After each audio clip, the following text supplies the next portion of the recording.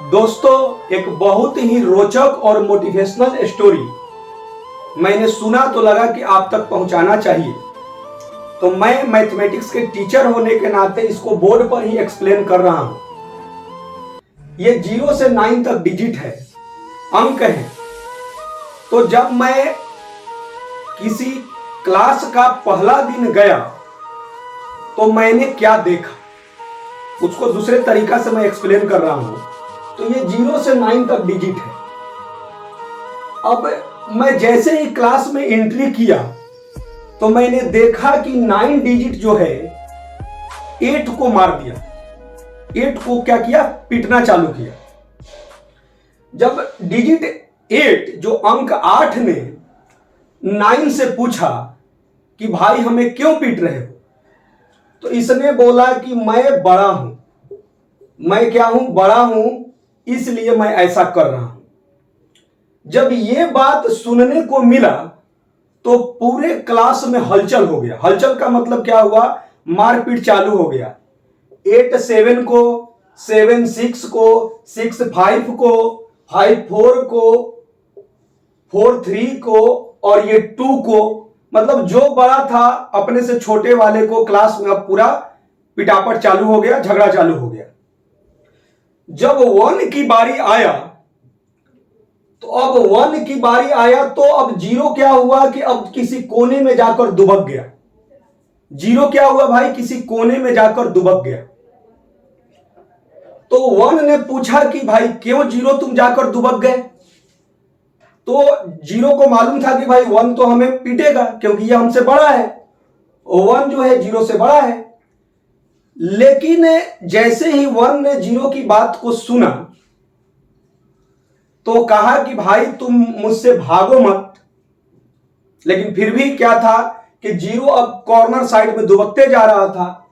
जब 1 ये देखा तो उसके पास चला गया और उसके बगल में बैठ गया।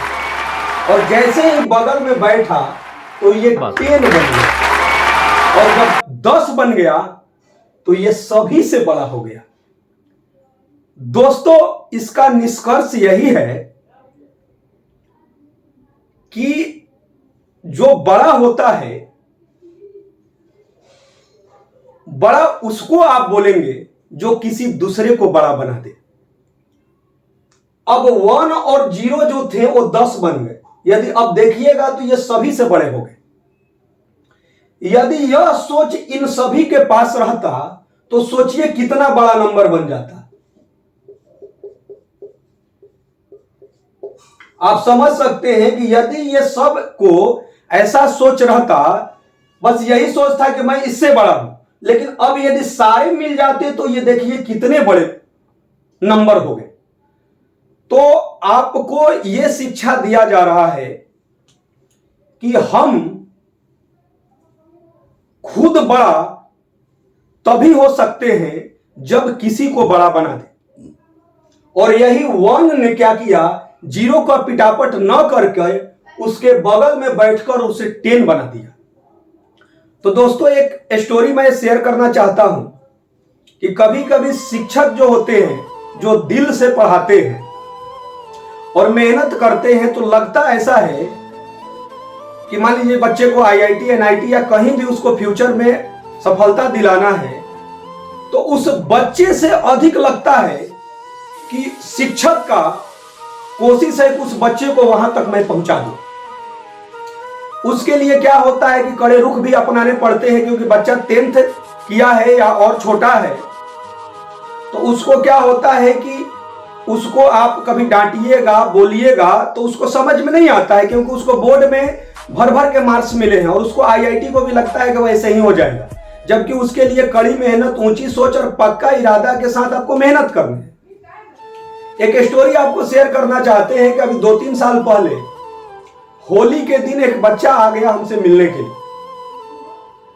मिलने आया तो मैंने उसे पहचाना और बोला कि भाई काफी लंबे समय के बाद आप आए हैं, 5 साल 7 साल 8 साल के बाद मिलने के लिए।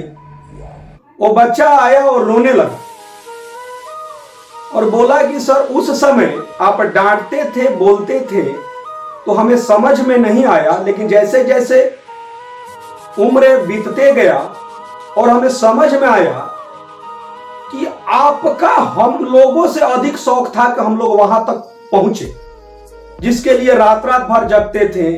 यहां तक कि संडे जैसे रविवार को भी ऑफिशियल छुट्टी होने के बाद भी आप पढ़ाते थे। और अब हमें समझ में आया, जब इतने बड़े ऑफिसर बन गए और हमारी गरीबी दूर हो गई और हमारा घर परिवार काफी सुखी संपन्न हो गया, तब समझ में आया कि आपका कड़ा रुख और आपकी डांट और हम लोगों से अधिक आप मेहनत करते थे और यही हम लोगों को बुलंदियों तक पहुंचाया।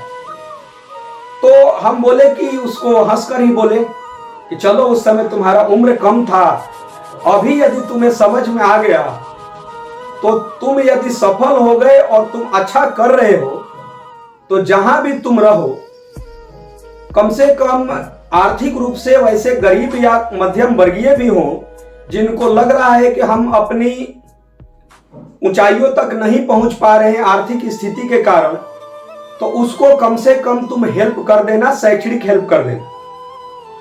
या कुछ संपन्न भी होंगे तो उनको भी जरूर मोटिवेट करना और समझाना कि यदि कोई आपके लिए आपके माता पिता से कम नहीं सोच रहा है कि भाई इसको खूब पढ़ाना है, खूब मेहनत करना, इसके लिए रात रात भर जगना है, इसको रविवार को भी पढ़ाना है, ये जब डाउट पूछे इसका हेल्प करना है, तो जब कोई इतना मेहनत करेगा तो जरूर है कि वो सोचेगा कि ये बच्चा का मार्क्स अच्छा आए, मार्क्स कम भी आएगा फिर भी वो मोटिवेट करेगा कि ये पढ़े। अब रह गया एक बात जो बार बार मैं बोलता हूं कि कॉन्फिडेंस किसी दुकान पर नहीं मिलता है। कॉन्फिडेंस और आपकी सोच ऊंची होनी चाहिए, खास करके माता पिता का भी होना चाहिए। और दूसरा चीज है कि निराशा भी किसी दुकान पर नहीं मिलता है।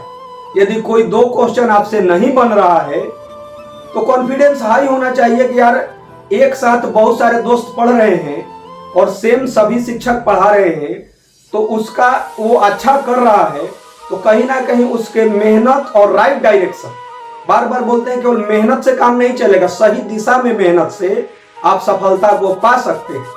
तो यही आपको एक स्टोरी बताना था कि यदि हम लोग चाहें तो यदि सच्चे मन से काम करें तो एक दूसरे को भी आगे बढ़ा सकते हैं और उसको श्रेष्ठ बना सकते हैं। Thank you.